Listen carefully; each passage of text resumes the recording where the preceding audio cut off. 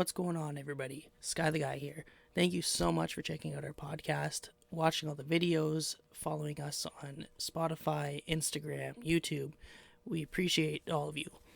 Today's episode is going to be a little different. Brewster Boy, as we all know, is on vacation, so it's just going to be myself. Without further ado, let's get into episode number 7. The Blunt Topics Canada. Unfortunately, our other co-host, Brewster Boy, isn't able to make it, so it's just going to be us today, but we appreciate you coming out. Of course. So, for the viewers who don't know, I met you downtown Ottawa. I think it was the summer of 2019. It was right before COVID hit. You were doing a show there on the corner. I think it's Elgin, the parking I don't ride. even know the street name. No? I know it's in the middle of the Bayard Market, yeah. Yeah. So, this one was exciting for me because trying to become a street performer myself and doing little things like that, what people don't know is that you were actually the one who taught me how to breathe fire. Oh, that's awesome. Yeah. I knew you were looking into it. I didn't know I was the main one, but I'm flattered. Thank you. But with that, tell us a bit about yourself. Like what made you decide to get into street performing? What year did you really start performing for everybody? Like well, I started street performing when I was pretty young because initially I went into like acting and stuff like that because I just wanted to like I used to when I was even younger, I loved like magic and like dancing and all that type of stuff. So I really liked to like put on a show type vibes.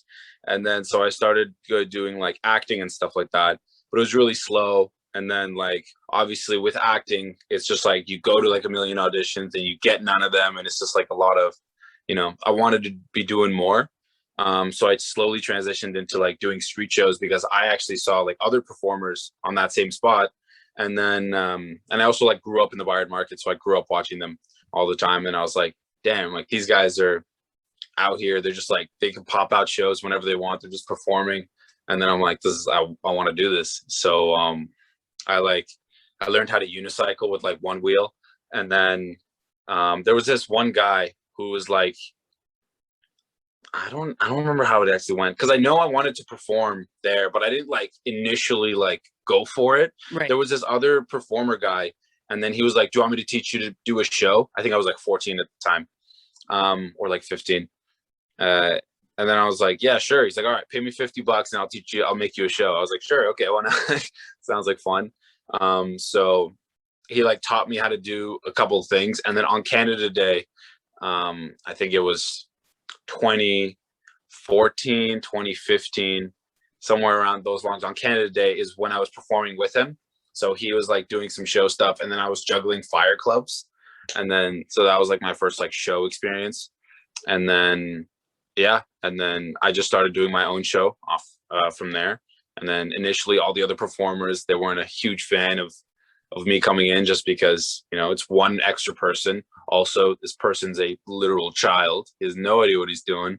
And if I go and I sign up for like the big money spots, like no one can't say anything if like the luck of the draw works in my favor. Right. So they were like, there was a term on pitch is like the area they're like, you're burning pitch, which means it's just like if it's a high traffic time, it's the money making time, it's like, it's crowded. It's going to be an amazing show. Vibes are great, but like a beginner is like taking it. Usually it's like, it should be really fun, obviously, but other performers, if they don't know you and they don't really care in that moment, they can obviously be just like a little bit salty, be like, you're going to go out there and you're not going to make any money. And you'd make probably the same amount of money on like a Wednesday. Whereas like the bigger, more established performers could go out there and kill it. But I stuck to it. And then, I think 6-7 years later now, and I can hold my own on, I would like to say any pitch in the world, but I never know. But yeah. So how does it work though, getting a spot like that? You were saying how like, on the corners and everything. How do you go about that? Yeah. Is it something you just show up one day or is it something you have to pay somebody for a spot or? Well, in Ottawa, in the Bayard Market, there's actually only 2 spots where we're allowed to do our thing. But one of the spots is just, it's not good. Like, it's, right. Wait, can we swear on this? No. Yeah, yes? Go ahead. Well, I was just gonna say the spot's shit. Like, it's just not a good spot. You might actually know it. It's like, the Rito Center. Yep. Like the entrance into the bay like from the market side. Okay, yeah. Yeah, and then when you walk to the right a little bit, and then there's a Chapters on the corner. Yep. So right in between the door of the bay and the Chapters is like, there's like a tree thing, and there's like parking for Chapters, and there's like a little area right there, on the left of the tree, closer to the bay door. There's like a little area. That's actually a busking spot. Okay. So we are allowed to go and do shows there, but it's like the very low traffic area. So technically, there's only one spot where we're allowed to do this, what it's called circle shows. Obviously, you can do. There's just like musicians. They have a lot of spots because they don't need much area. But for us, we need a lot of area. So there's only one spot, and it's that spot. And then so I would always watch performers there. And there used to be an old spot as well, but now there's only one. And then you pay your yearly fee. It's not too bad. You pay the yearly fee, and then every single morning at 11 a.m. it's sign up. So all the performers got to be there at 11. If you're there at 11:01, you missed the sign up. They're not going to let you sign up. So you got to be there at 11.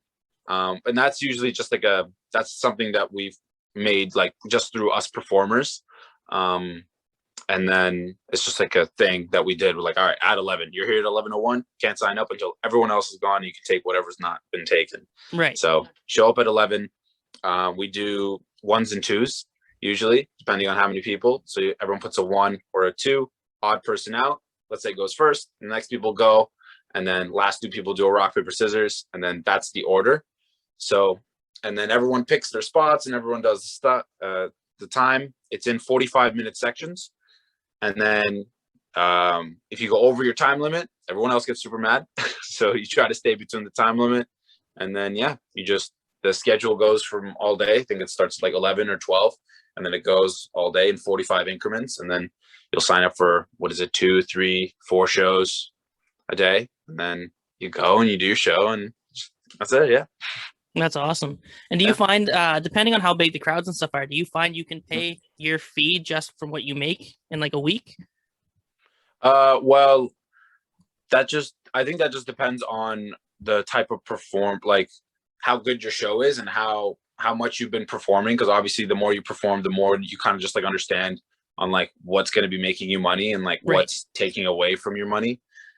So the fee, I think in general, for sure, you make the fee back fairly quickly, just because the fee is not too high. And then just like with the type of work that you're doing, you can also like, you can do so many shows, or you can do like not that many shows. It just depends on how hard you want to work for it. But yeah, it's the fee usually isn't a big deal. Like it doesn't put you off from what you're doing.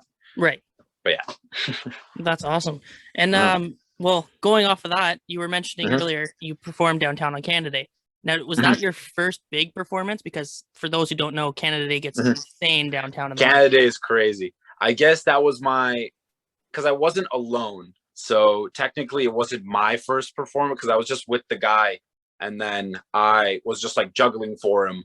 And then I think like I was just doing that for the whole day with him. And then at the end, he was like, that was great. Here's $50. And I was like, $50? That's awesome. And then so it wasn't really like a show where I was like collecting the tips and like saying things. I don't even think I said anything. I didn't have a mic. He was just like, and this is an up and coming performer. And then I was just like, and then I like juggled. I think there's like a video of it on like my Facebook somewhere. I'm just like wearing like a white button down. I'm probably like 5, some like super short, just young, juggling. And then, so that wasn't really my real show. But probably later on in that summer is probably when I did my first like real show. Right. And then, yeah, it wasn't good, but you got to start somewhere. Exactly. That's the whole thing. Yeah. So with starting off, as a new one, like a new busker and stuff, you start off downtown and everything. What got you into wanting to do shows in like, let's say like Montreal or like Light Up the Night, which is another big thing that happens in Ottawa there on Bank Street? And the like, Light Up the Night. I don't know if or not Light Up the Night. Inspiration Village or the Busker Festival? Not the Busker Festival. They do the big light show on Bank Street. The Glow Village? Glow Village, that's it. I actually didn't do Glow Village. I wish I had done Glow Village, but I actually never went. But a lot of other buskers do Glow Village as well. Right. Just because it's I did I did like the Westboro Fuse, which was just another festival. It was in Westboro. That's And what I then got mistaken for. Yeah. yeah, I did that one, which was fun. Well, because when you're doing shows on pitch, which is just like the area, Right. the lingo just sounds funny saying it, but the pitch is what we call it. When you're doing shows there, obviously it can get a little bit like it's just like repetitive, obviously, because you make your show and then obviously you're changing it up, but like you're only fine tuning it. You're not like I don't have like two, three, four like different shows. I have like my set of tricks and I go and I have the things I like to say and the jokes that I like to make and I go and do it. So there's fine tuning, but it can get a little bit repetitive. Obviously, if you're in the same spot doing the same stuff over and over, and then obviously you have really good shows, and then you have some really bad shows, and then if you have a lot of bad shows in a row, you're like, but it's always nice to kind of change scenery. Also, so the festivals are always super fun to do if you get called for them, and then it's just like a change in scenery. It might be better, just money wise. It might be worse money wise, but it's always just nice to change it up just a little bit. It's just exciting, Right. keeps it fresh. Yeah. That's awesome. But Yeah. so to get into festivals like that, what do you guys do for that? Do you have to send in like an audition tape, or is it somebody reaches out to you guys, or? It's more like we have to send stuff out. Sometimes some performers will get reached out to. I usually don't get. I don't know why. I guess I'm usually always the one that's doing the reaching out. But some performers get reached out to, like just regarding festivals and stuff. I get reached out to with some things, but it's usually the way I do it is I like to film a promo. So every single summer that I'm doing shows, I like to pick like a day or two that I know it's going to be really nice or busy, or like a weekend. And then I'll just hire like a videographer, or have like one of my buddies do it. Or, as the years went on, I got a little more and more professional with it. Obviously in the first years, I didn't go and hire like a really expensive video guy. I was just like, hey, you want to like hold this thing while I do my show? And then I like edit it together. Right. But yeah, you just have to, the best thing is to just make a video. You make it like a minute long, and then you just go onto the website of the festival, and then you can see sometimes they have like a performers tab, and then they'll be like apply to perform. You go on there, you send in your application. You can do it a bunch of times. You can do it one time, do it once a week onto the same festival.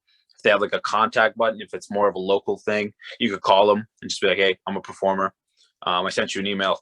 Go look at your email. Like you can just like do stuff like that. And then yeah, you just kind of apply. It's all online usually. And if there's no application, you can usually just call them, or if it's like super local, you can just like go to the office and just be like, hey, I want to perform. And then yeah, as you do more and more shows in the city, and more people have seen your show, then you might get reached out to a little bit. Just if someone's doing like a busker thing and they want performers, they'll be like, oh, I saw this kid in the Bard Market. I took his business card. I'll hit him up, and then just kind of goes from there. That's awesome. So, doing all that and everything, do you find, because you were mentioning how the first busker you watched and stuff there, he was willing to help you out, and helped you make a show. Now, since then, do you still use the same kind of show that he gave you, or if you worked up on that since, seeing what the crowd's like? And yeah, well, I've definitely changed my show a lot. Obviously, the first person that showed me, he made me a show. But then when I first got onto the pitch, there was another one of the performers there. He was a more veteran performer for sure. And then he saw that I wasn't like just gonna leave, because they all just didn't want me to show up anymore. But I guess I was pretty adamant. I'm like, I'm gonna be here. I'm gonna do shows. So he was like, okay, at least if you're gonna do shows here, like, we don't want you to make us look bad. We have to make you you got to make your show a little bit better, so you don't make all of us look bad. So he kind of took me under his wing a little bit, and I would do shows and then come back, and he would give me tips and he would give me pointers. And then the next show, immediately I would just do his pointers and then see the reactions, see how much I made and stuff like that. And then he really helped me out in like my up and coming years when I was there, because I would watch his show and he would kill it. And I'm like, damn, I want to do that. And then I would go and I would not kill it. And then, so he definitely showed me the ropes. And then the more and more you do it, you can your show changes all the time. Right. And it even changes on like what city you're in, or like even like how you're feeling, or like the time of the day, and like you just have to do what people will find entertaining. So you just got to like read the crowd, and then just try, do what you can. Right. And then tricks change just when like you'll see something cool, you'll be like, I want to learn that, and then you learn it, and you're like, I think that's good enough in a show where I won't kill somebody, so we're gonna put it in, and then you just put it in, and you get your tricks, and then it just kind of it flows once you start getting into it. Right.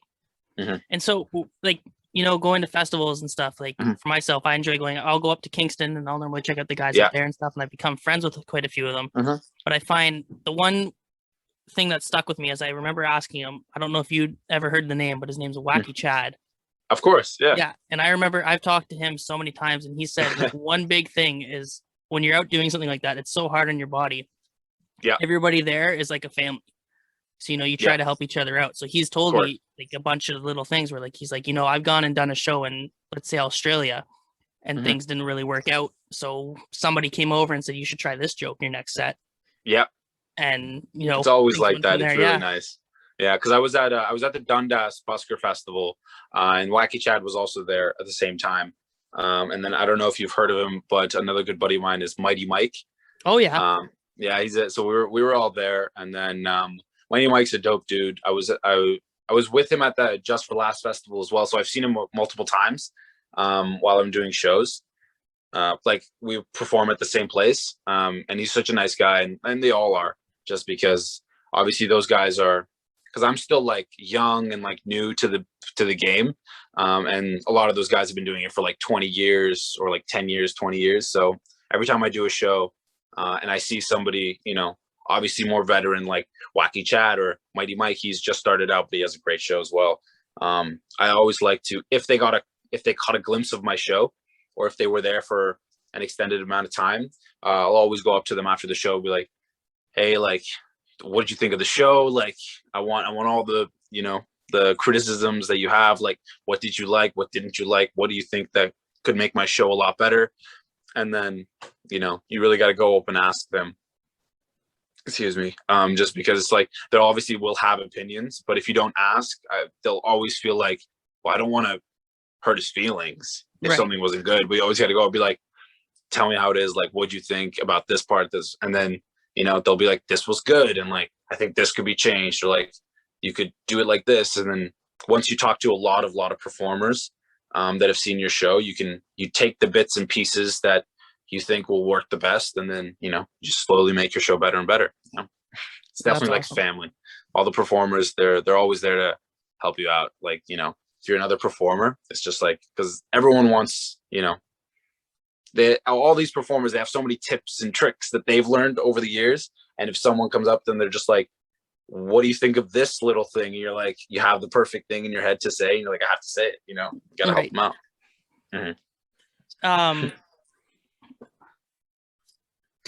Oh my! I saw your dog in the back, and I got distracted from what I wanted to ask. Oh yeah. With meeting these guys and everything, and you guys all do the shows, and you criticize each other. Have you had issues with like fans criticizing you, like where they'll like try to mouth you off during a set? Yeah. We call those hecklers in the business. In the business, we call them hecklers.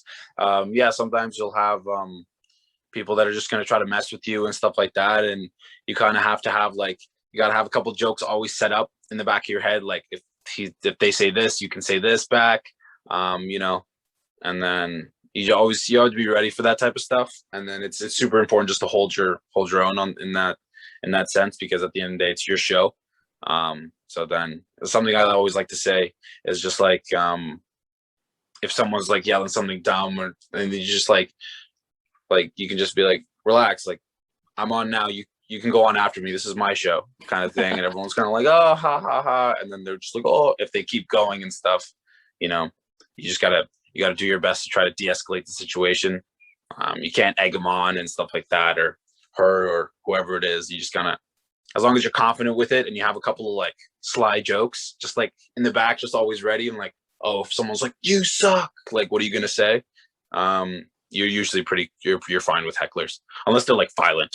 Right. which is then it gets like, then you really gotta de-escalate the situation quickly, because people love watching the show, but if it's like even a little bit like, obviously my show's dangerous, but it's a show. If it gets like weirdly dangerous because like unplanned things are going on, no one's gonna stay. Everyone's gonna leave. Right. So you got to de-escalate quickly. Right. And being Busker and like learning about that stuff and growing up watching it and all that, everybody seems to have their own unique way of ending their show. Now, what made you decide to do like the big fire breathing and stuff on the unicycle at the end? Like, how did you come up like, this is how I'm gonna end my show? Yeah. Well, a big thing in just like busking that you hear a lot of people say is like, you always want to finish on top. Like you want to finish with height, because as your show grows, like as it not grows, as you start your show, there's not a lot of people watching. And then as the minutes go by the end of your show, you probably have your biggest crowd of the show, because it just exponentially keeps building up. So if everyone's just standing like this, the people in the back won't be able to see you if you're a little bit lower. So you try to get as high as possible so the most people can see you, and the more people that can see you, the more people will tip you. So it's just like a rule of thumb. You're always trying to finish high, and you're always trying to go high. So if you have like a floor show, everyone always figures out a way to finish on a table or something. They'll just do their exact same thing, but they'll just stand on a table, and it works every time. So I had a wheel unicycle, and then one time I was just scrolling through, I think like this unicycle.com or something like that, and I saw a 3-wheel, and I was like, I'm gonna get that. That's sick. I had no idea how to ride it, obviously, so it just showed up at my door. I put it together, and then even my mom was just like, "You know how to ride it?" I was like, "Absolutely not." No. She's like, why'd you buy it? Then I was like, "I'm gonna learn," and then I learned it, and then I got up high, and then once I got used to it, I wanted to, because originally what I was doing is I would go on the unicycle, ride it around, then jump down, and then fire breathe on the floor, because I couldn't do the whole thing yet. But then eventually, after talking with some buskers, I think Mighty Mike might have even suggested it. He's just like, you got to do like the fire something on top of the unicycle. I was like, I know, but I can't do it. He's like, well, you got to learn it. And I was like, it's fair. So then eventually I learned the fire breathing on top of the unicycle. And then I love my finale. I think it just works really well. And I think it looks really cool, even to me. Like, I've been doing it for a while now, but even when I see pictures, I'm like, I'm impressed. I hope others are. So yeah, I always try to finish up high. And then that's where the big unicycle came in. And then fire breathing, it was just kind of like a new trick that I wanted to add into my show. And then it just kind of like took off just with like timing and stuff. I really liked it. And then I started doing it at the end of my shows because people seem to like it. And then I kind of transitioned into university at that time. And then me and my buddies, we made like a short film called The Firebreather. And that's where we kind of initially came up with the name, like The Firebreather for like me. And I guess it just caught on with myself and like the whole thing. And I like the whole like vibe of The Firebreather. So it's kind of rode with that. And now we're here. That's all. That was actually funny enough. That was going to be my next question, is how you came up with the name for yourself, because I know. Yeah, just I wasn't called obviously the fire breather. I was fire breathing, but I was not very good at it. Obviously, I was just starting out. And then as I went into college into my first year, people ask like, "Oh, like what do you do? You blah blah blah. Like, what do you do in the summer? What's your job?" And I'm like, "Oh, I'm a performer." They're like, "No way. Like what?" And I'm like, "Oh, I breathe fire." They're like, "You breathe fire," and it was like a whole thing. So I think I was like breathing fire at the res where I was staying. And then one of my buddies and another one, they were both like videographers, and they wanted to make like a thing, like a video, like a short film, but it was like a video. And then he was just like, The Fire Breather sounds really cool. I was like, I like that name. Let's go with it, very nonchalantly. And then we called it The Fire Breather, and it just kind of like took off, and I loved the name, and I kept it, and now we're working with it.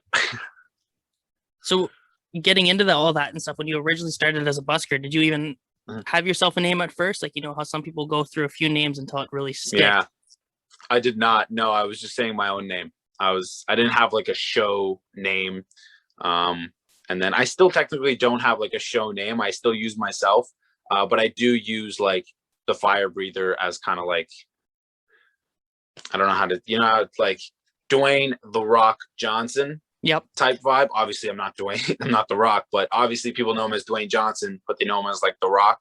And I like the vibe of, my name, like Egemen Ustun. Obviously, it's more complicated, but like the Firebreather is like kind of like a character. Right. So I like that. Yeah. But I don't have like a show name, but it's more just my name and then the Firebreather as well. Way to go. So just showing everybody, most buskers and stuff, you start doing your shows, you start having the same fans come back over and over again once they start to know your name, they see your name come up on the list for the busker festivals. Yeah. Every busker I find does something different. So like, just to name a few, like for example, Wacky Chad, he'll sell shirts and give out little cart like magnets, like fridge magnets. There's another one named Bendy M. She was actually at the last Busker Festival here in Ottawa before everything happened. I don't think I've met her. Yeah. She fits herself into a little box. Okay. And I just figured, talking about all that, I always keep these things on me. So for people who don't know, you hand out a card as well. Yep. With a little donation. So I've actually handed these out to a few people I know, but it's always on me in my wallet to send it out to people. That's awesome. I love it. But yeah, I like those cards. I designed it myself, so proud of them. And so I love them.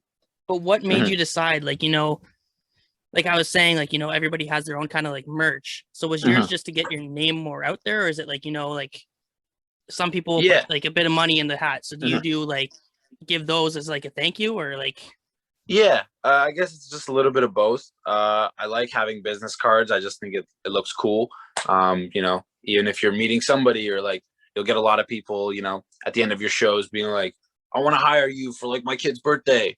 And then instead of like having to get their phone and then putting your contact and stuff like that, you can just hand them a nice looking business card and they'll be like, wow, okay, I'll call you. And then so it's faster. Yeah. Because you obviously want to save as much time as you can. Especially near the end of your show, if you're pushing the limit on the time, you definitely want to make everything efficient. But it's just like more professional having a card and stuff like that. And I wanted some merch because a lot of the times having merch inclines more people to tip. So you end up, obviously, when you pay for the merch, but then you get more tip, and it's like it'll equate sometimes, or sometimes it won't. But it's just, it also makes you look more professional. You have like something, you're not just like going out there and like dancing around and then like holding out a bag. Obviously, I did that for years. It works. But, once you get like business cards, you feel better. You feel more professional, and I had some magnets made. I wanted to get shirts, but just like budget wise, I was just like, I don't know if I'm going to do shirts. I don't think I'm going to be able to, make money properly with the shirts. But then I looked into magnets and I was like, I can do magnets. So I started giving out magnets, and like, people love the magnets. I actually did something last week or 2 weeks ago now with someone. I'll probably post about it later. It's a music video that the guy wanted me to come in and breathe fire. And then he has one of my magnets on his fridge. And then I think he was talking to like his family or something. He's like, oh, I'm getting a fire breather for like my music video thing. And then they were like, why don't you just get the kid on the fridge? And he's like, that's the one I got. And then and they're like, that's perfect. And then, so yeah, it's always good to just, giving people little things here and there. And then you always kind of stay in the back of their head. And then, now if someone needs a fire breather and they have my magnet on their fridge, they'll be like, let's get this guy, It's definitely a smart way to go about it. Yeah. So what doing the shows downtown and everything, what was your first like real paid gig? Like how did that feel, like getting a call or whatever to first paid gig? I think I do remember, but I don't remember. The first one I can think of, it might not be like my first one ever. It might have been like that next summer or the next summer after. But like the one I do remember it was for a high school, I think, and they were doing some fundraiser, and then they wanted me to come do a show for them. Excuse me. And then I went and I did the show, and then they gave me a check, which was all fun. And then feels good, just going and doing a show for something like that, where it's like, you know what you're gonna get paid, and you go and you can just have fun. You don't actually have to like worry about the money, or like worry about like, oh, you're gonna say one sentence and then like everyone's gonna hate you and then no one's gonna give you money. So it's definitely more relaxing when you have when someone's like, this is how much I'm gonna pay you, come do this show. You can just go there and have a good time, and then yeah, it feels good. Obviously, I love it. Were you worried at all during that time? Like, knowing that you're getting paid to go Mm-hmm. do this as like a Mm-hmm. profession. Mm-hmm. Were you stressed at all or nervous that like, like, oh shit, what happens if I screw up while in front of all these people? Or Yeah, I think in the beginning I definitely was. It's definitely nerve wracking when somebody else is paying you 100, like they are. So like you don't want to mess up, and then you don't want to seem unprofessional, because when you're on the street at the end of the day, you make tips like after your show. Like people liked it, they'll give you more. If you mess up and you don't even finish the show, you won't make anything. So yeah, it's definitely a little bit nerve wracking in the beginning. But once you're doing more shows, and then you're more confident with your tricks, and then more confident just in general, just with what you're selling. Because at the end of the day, you are just selling your show to others. If it could be festivals or it could be individual people like schools, you're selling it. And then you just have to you got to truly believe that the price that you're getting paid is you're worth every penny at the end of the day. And then if you think about it like that, you go in and you got to be confident and professional, and then you go from there, and then people seem to enjoy it. They want a confident performer, and they don't want to feel like they're overpaying for something, right. Obviously. So if you go in, you're confident, you're like, this is how much I'm getting paid, and I'm good with it. And if you seem very professional, a lot of times people are very happy that they hired you, because they're like, that was dope and you're a good guy. So yeah. That's awesome. That must definitely be a good feeling. Yeah. I miss it for sure. Yeah, I was just about to ask, like, with COVID affecting everybody, it definitely affects your guys' jobs. Like, yeah, that's not something you can do. No, have you found like it not necessarily motivates you to get better, but like, do you find with COVID it just motivates you to like want to try and learn something new that like you didn't really have the time before with all the shows you were doing? Or like, yeah, well, I had like a whole plan on what I wanted to do when I was done with school and like all that type of stuff. So obviously that plan kind of went out the window. So I kind of had to think of something else, but like I wasn't thinking of anything else. So I was kind of, I think a lot of performers probably felt the same, where you're just kind of in like, what do I do now type thing? Because it's like when you have a job that you can't do anymore, and especially now I'm out of school and I can't do my job, and I'm just like, what do I do now? Like, so, it was definitely just being patient, still being patient. And then just kind of, we've been in COVID for such a long time. It's just kind of like now finding ways to like, what's going to happen when this is done. And then, transitioning into like the next stage of how I'm going to do shows. Obviously I would still love to go out and do street shows, but I've been thinking a lot, and I kind of want to like transition into just like having a show. Like, I don't really know. I want to maybe get like an agent or something, and he'll sell my show, and then, try to do it that way. But in terms of just like learning new things and learning new tricks, I personally haven't, not really. I've fine-tuned a little bit, and I've learned like a couple of new tricks, but not like something big, like a new addition. Right. I guess just because it just feels like, what am I like? I don't even know when COVID's done. Like, obviously you want to have that fire and go for it, but like when there's no end date, it's like I feel like a lot of people fall into the trap. Obviously you have to be strong and you have to do that, but like can't do that all the time. So you fall into a trap and just like, I'll do it tomorrow. Like I'll learn something new later and stuff like that. So, but I've learned a couple of new things. I don't know, but the COVID stuff is all very confusing. So especially with all the performers and stuff. So yeah, just kind of chilling for now, and then once you get back into the show like mentality, and you're like popping out shows, then everything kind of comes rushing back in. And it's always the case where I want to learn new tricks when I don't have the time to learn them. Right. But so, because it's like you're just in the flow, the juices are flowing. You'll do a show, you'll do like a specific trick, and then you'll get an idea, be like, damn, like this would be a really cool trick. You'll go home, you'll learn it, put it in the show the next day. But when you're not like doing the shows and when you're not like in the motion, it's definitely difficult to like think of new things when, you know, you're forgetting how to do your show overall anyway, because it's just been so long. But yeah. Well, yeah. I got one more question here for you. Of course. You know, people, I mean, we're going to be posting your links and stuff in under the video after. Awesome. But for those who don't know, you do a lot with one of those fire sticks. Yeah, fire staff. That's my main thing. I got one right here. Oh, there we go. So, you know, getting into something like that and stuff, did you find like you had to stretch, or did you get into like acrobatics for a bit, or like what got you into doing that part of your show? Well, the specific staff, I thought it was just like a really cool thing.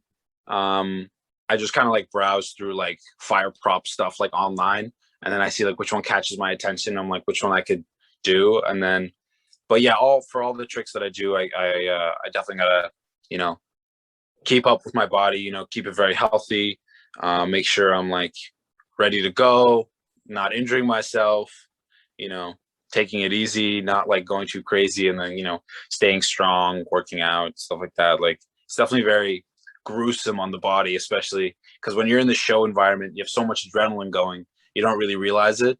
But then you'll come home after like doing like so many shows that day, and you'll just be like, I'm tired. Like, I'm very like, I'm tired, and I don't know if I can do this tomorrow. And then you go to bed, and then you definitely have to keep up with your body. You gotta stay healthy. And yeah, I feel like I do that. So I feel good about that part of my whole show. But definitely, yeah, even right now, I know I can't do a lot of shows, but I'm definitely focusing on like getting stronger, like having good habits with like food and stuff like that, just so like when I do get back into doing shows, my body's just like ready for it, instead of like just being rusty and like doing one show and just being like, oh, I'm tired, I want to go home. You know, trying to stay ready in the physical department for sure. Right. Yeah. That's definitely all you can do. Yeah. Well, thank you so much for being on the show. We appreciate it. Is there any shout outs you want, or I'm flattered. you want to let them know your name, where they can find you, or anything like that? The biggest platform I'm using right now is Instagram. So you can type in my name, or I'm pretty sure I recently changed. If you just type in the Firebreather, I should pop up. But my name is Egemen Ustun. That's what my Instagram name is, and then it says the Firebreather underneath. So yeah, go follow me on Instagram. You know, trying to build up a following, seeing how far we can go with all this. So I would appreciate it. And then thanks for having me. I'm flattered at the end of the day. And then yeah. Perfect. Yeah, we'll put all your links in the bio, and that's that. Sounds good. Perfect.